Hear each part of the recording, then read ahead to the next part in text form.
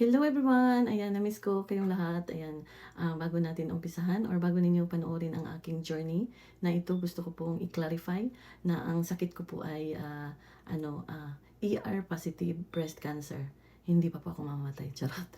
Anyway, yan po ang aking sakit and gusto ko pong iiwan sa inyo ang katanungan na kung kayo po, ikaw na nanonood ngayon, kung ikaw po ay ma-diagnose na you have cancer, any kind of cancer, ano kaya ang maramdaman mo? Ano kaya ang una mong gawin? Sino kaya ang una mong sasabihan? Of course, kausapin natin si Lord, di ba?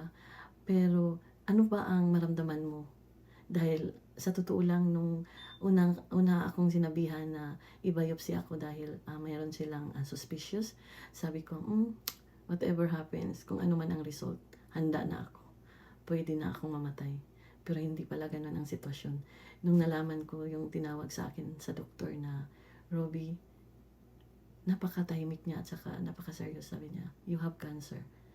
Para akong lumulutang, hindi ko alam. Tapos sabi ko, excuse me doc, anong sinasabi mo? Sabi ko, what did you say?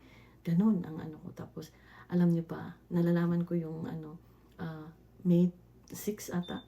Alam niyo ba kung anong date nag-sink in sa akin na meron talaga akong cancer? Nung nag-umpisa akong sa aking journey, nung nag-umpisa ako ng pupunta sa oncologist, nakausap ko ang oncologist, doon ko na naintindihan. Kaya gusto ko pang mabuhay.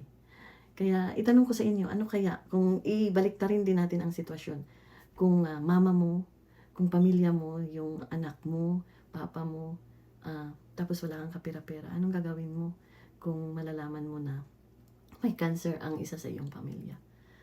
Kaya ayan, kung gusto niyo mag-comments, comments lang kayo dyan. Gusto ko ring makikita ang inyong mga answer.